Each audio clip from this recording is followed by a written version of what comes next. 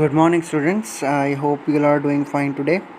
We are going to continue with our questions from chapter number 10, Light Reflection and Refraction for 10th standard. Now, we are going to move on to page number 176. You will find a set of questions over there. Basically, these are 5 questions that we need to look at. So let's first look at question number 1. देखो, a ray of light traveling in air enters obliquely into water. Does the light ray bend towards the normal or away from the normal? Why? इसमें हमें दे रखा है कि जो ray of light है वो एयर में ट्रैवल कर रही है और एंटर काय में कर रही है, वाटर में. एयर से वाटर में जा रही है कुल मिला के. एंड ऑब्लिकली मतलब परपेंडिकुलर नहीं जा रही, एट एन एंगल जा रही है, एट अ डिफरेंट एंगल जा रही है ना. किसी भी एंगल पे अगर जाती है, जैसे टेढ़ी जिसको अपन बोलते हैं स्लाइडिंग एंगल से, तो वो ऑब्लिकली होता है. Which means something like this. जैसे ये अगर हमारा कोई सरफेस है तो उस पर इस तरीके से इंसिडेंट है, right. Obliquely means basically this kind of a slanting angle. तो ये तो फर्स्ट पार्ट था क्वेश्चन का. Then does the light ray bend towards the normal और away from the normal? Why? तो आपको इसमें बताना है कि जो लाइट रे है वो नॉर्मल की तरफ बेंड होगी या अवे फ्रॉम नॉर्मल बेंड होगी. अब वी हैव सीन कि जब लाइट किसी भी that air is a rare medium and water is a denser medium. और जब भी लाइट एक रेयर मीडियम से डेंसर मीडियम में एंटर होती है तो then it slows down, and then when it slows down तो it bends towards the normal. तो आपको इसमें यही चीज़ बतानी है, वाई का आपको इसमें आंसर देना है, that why light bends towards. First of all तो आपको बताना है कि अवे फ्रॉम नॉर्मल या टूवर्ड्स द नॉर्मल बेंड होगी. देन आपको बताना है कि क्यों होगी. ठीक है.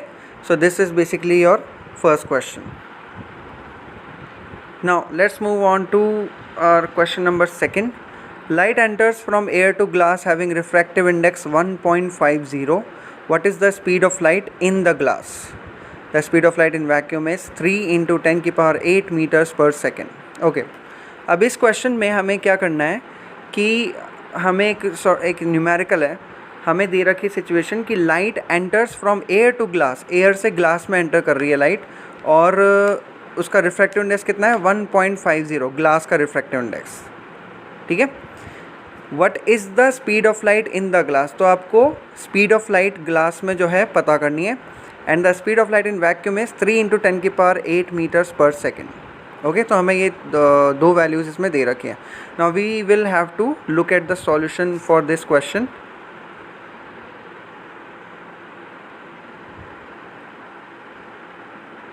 So okay, here it is.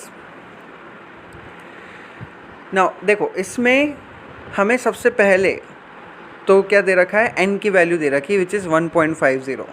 ठीक है. उसके बाद c g is basically speed of light, c is basically speed of light and g is glass. तो speed of light in glass ये हमें पता लगाना है. This is what we need to find out. And c v is basically speed of light in air और speed of light in vacuum. तो speed of light in vacuum हमें 3 into 10 की power 8 दे रखा है. लेकिन सिंस हम लोगों ने जब ये पढ़ा था when we were going through refractive index, तो हमने कहा था कि हमें speed of light in vacuum and speed of light in air same लेना है.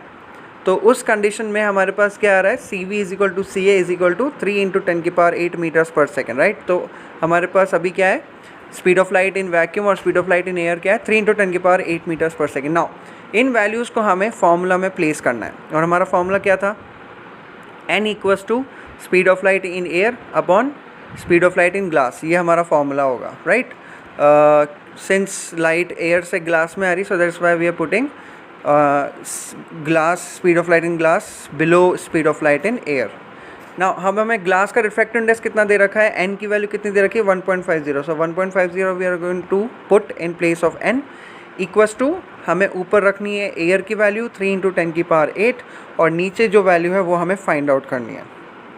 अब इसको अगर हम लोग शिफ्ट करेंगे, if you shift the values to make the formula more proper, तो फॉर्मूला क्या बनेगा?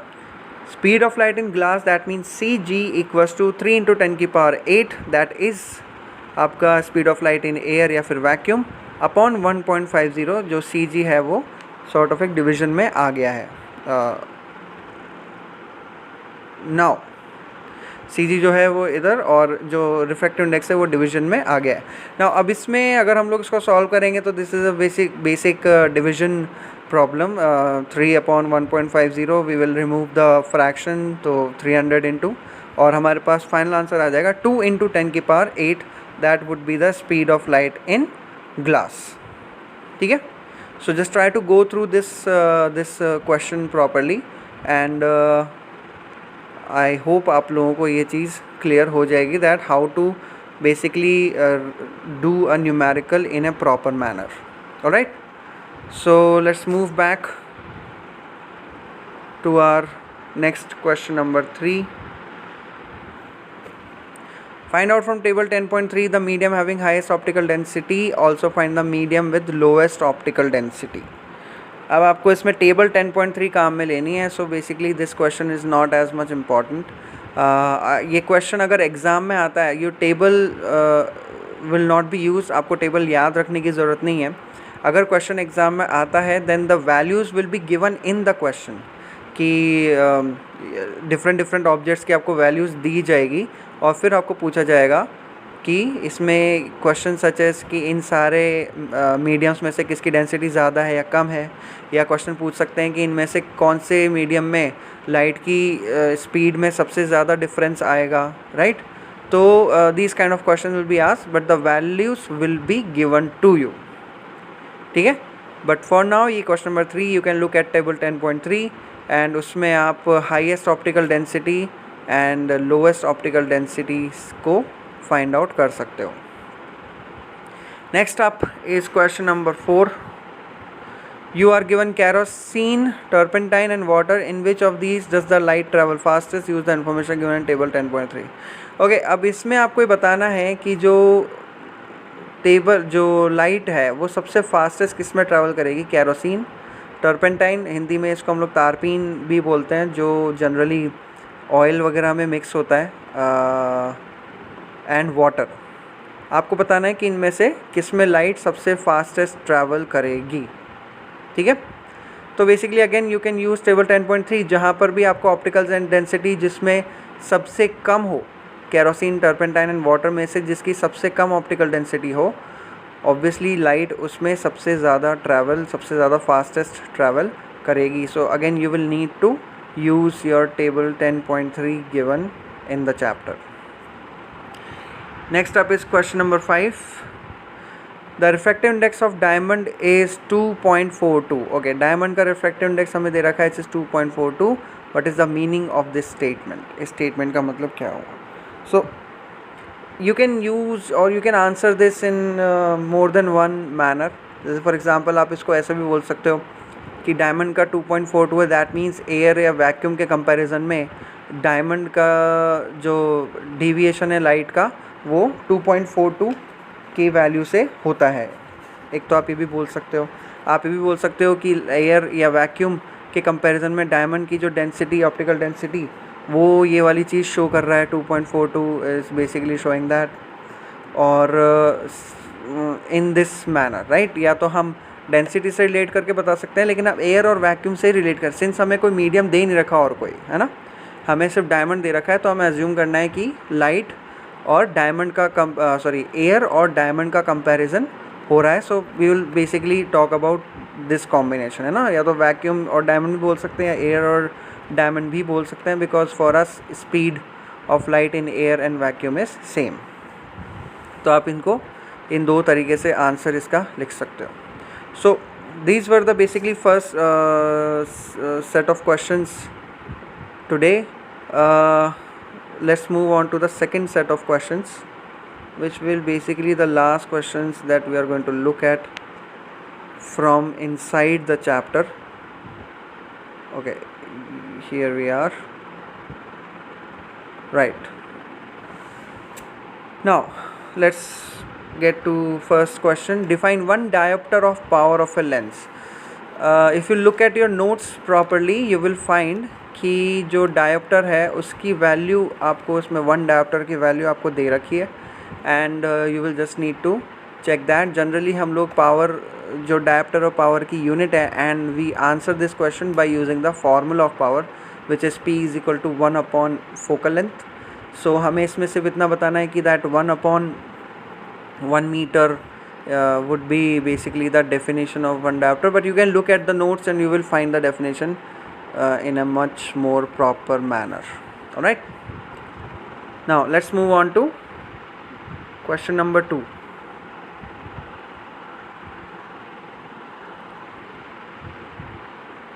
A convex lens forms a real and inverted image of a needle at a distance of 50 centimeter from it. एक convex lens है जो कि real और inverted image बना रहा है of a needle at a distance of 50 centimetre from it, 50 centimetre के distance पे, है ना. कॉन्वेक्स लेंस में कैसी इमेज बन रही है? रियल और इन्वर्टेड इमेज बन रही है. किसकी? नीडल की. और कितनी दूरी पे बन रही है? 50 centimetre, right. Where is the needle placed in front of the convex lens if the image is equal to the size of the object. जो नीडल है वो कहाँ रखी हुई है कॉन्वेक्स लेंस के सामने अगर जो इमेज है उसका साइज इक्वल किसके है? ऑब्जेक्ट के. Also find the power of the lens. हमें लेंस की पावर भी फाइंड आउट करनी है. अब देखो इसमें कुछ हमें इंपॉर्टेंट हिंट्स दे रखे हैं. सबसे पहले तो हमें एक इंपॉर्टेंट इन्फॉर्मेशन ध्यान रखनी है that this is a convex lens, है ना. कॉन्वेक्स लेंस है और इसमें रियल और इन्वर्टेड इमेज क्रिएट हो रही है ना. एंड देन उसकी हमें वैल्यू दे रखी है which is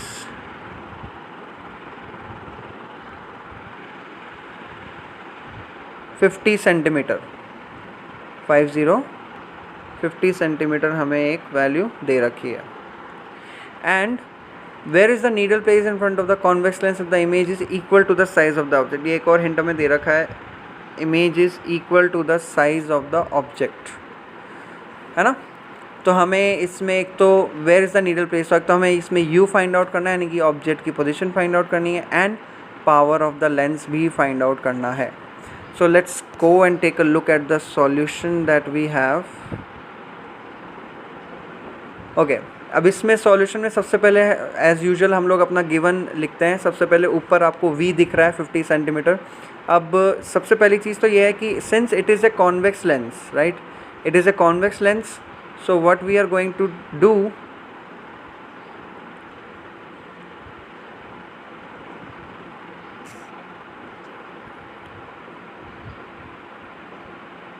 so what we are going to do is convex lens में रियल और इन्वर्टेड इमेज जब क्रिएट होती है तो ये इमेज बेसिकली कहाँ पर है? Right hand side of the lens में है ना.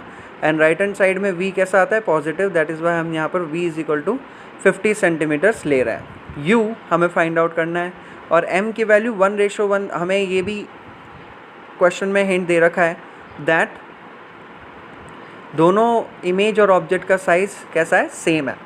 तो इसलिए 1:1 हम लोगों ने यहाँ पे यूज़ में लिया. अब now since size of image and object is same, अब देखो जब ऑब्जेक्ट और साइज़ का इमेज सेम होता है तो we need to basically remember one thing कि कब कौन सी कंडीशन में कॉन्वेक्स लेंस में दोनों ऑब्जेक्ट और इमेज का साइज सेम होता है. It happens when object is placed at 2f1 and image is formed at 2f2, है ना. जब ये दोनों ऑब्जेक्ट 2f1 पे होता है कॉन्वेक्स लेंस के और जब इमेज 2f2 पे होती है कॉन्वेक्स लेंस के तब ये सेम साइज़ की होती है, isn't it? If you go back and if you look at the ray diagrams for convex lens, you will find that both will be same when object is at 2f1 and image is at 2f2. अब जब हमें ये चीज़ पता है तो हमें ये भी पता है कि 2f1 एंड 2f2 का डिस्टेंस कैसा है? सेम है फ्रॉम द लेंस. जितना डिस्टेंस पे 2f2 है फ्रॉम द लेंस उतने डिस्टेंस पे 2f1 है from the lens. So if that's the case then V अगर 50 centimetre that means 2f2 is 50 centimetres. So that means object 2f1 पे रखा हुआ है वो भी कहाँ पर होगा? 50 सेंटीमीटर पे. बस फ़र्क ये है कि यहाँ पर u we will be taking negative because u will be at the left hand side of the lens. Image will be at the right hand side and object will be at the left hand side. Alright.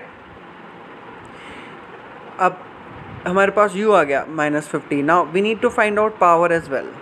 अब power find out करने के लिए we must have focal length. So focal length हम लोग इस formula से find out करेंगे. 1/f is equal to 1/v minus 1/u. And v हमारे पास 50 है, u हमारे पास -50 है. सिचुएशन चेंज होकर साइन चेंज हो जाएगा एंड फाइनली हमारे पास आंसर आएगा 25 centimetres. 1/f is equal to 1/25 आया, राइट. हम इसको जब रिवर्स करेंगे तो f is equal to 25 centimetre हो जाएगा. And if we want to convert it into meters, we can also do that by dividing 25/100. तो हमारे पास आ जाएगा 0.25 meters. तो ये हमारे पास फोकल लेंथ आ गई. Now we can use this to find out power. And power का फॉर्मूला क्या है? 1/f होता है, राइट.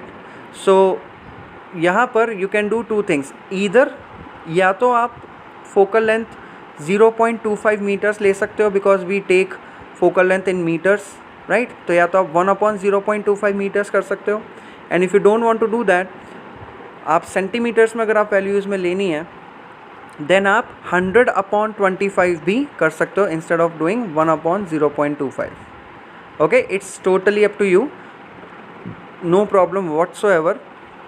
आप चाहो तो फोकल लेंथ की वैल्यू मीटर्स में भी यूज़ में ले सकते हो या सेंटीमीटर्स में भी यूज़ में ले सकते हो. बस डिफरेंस इतना ध्यान रखना है. If we are using the focal length in metres then the situation would be 1/0.25, right. And if you are using the focal length in centimeters तो हमें 100 लेना पड़ेगा instead of 1, then 100/25. okay, answer in both cases में आएगा आपका 4D, which is what? Positive. So this would be the power of your lens. Now let's move to last question, which is question number 3. Find the power of a concave lens of focal length 2 meters. So हमें इसमें power find out करनी है. Power is equals to formula आपको पता है 1/f. और यहाँ पर ये मीटर्स में है तो बेसिकली आपको 1/2 ही करना पड़ेगा. बस इसमें एक चीज़ आपको ध्यान रखनी है कि कॉन्केव लेंस है और कॉन्केव लेंस में focal length we take at the left hand side of the lens, है ना. तो उस कंडीशन में क्या हो जाएगा? कॉन्केव लेंस नेगेटिव हो जाएगा. फोकल लेंथ क्या हो जाएगी? नेगेटिव हो जाएगी, राइट. सो दैट मीन्स 1/-2 या फिर आपका आंसर इसमें आना चाहिए 0 माइनस का 0.5D. Okay, so these were the basically 2 sets of questions that we needed to look at. In our next class we will be looking at the exercise questions which will be given or which are given to us on page number 185 and 186.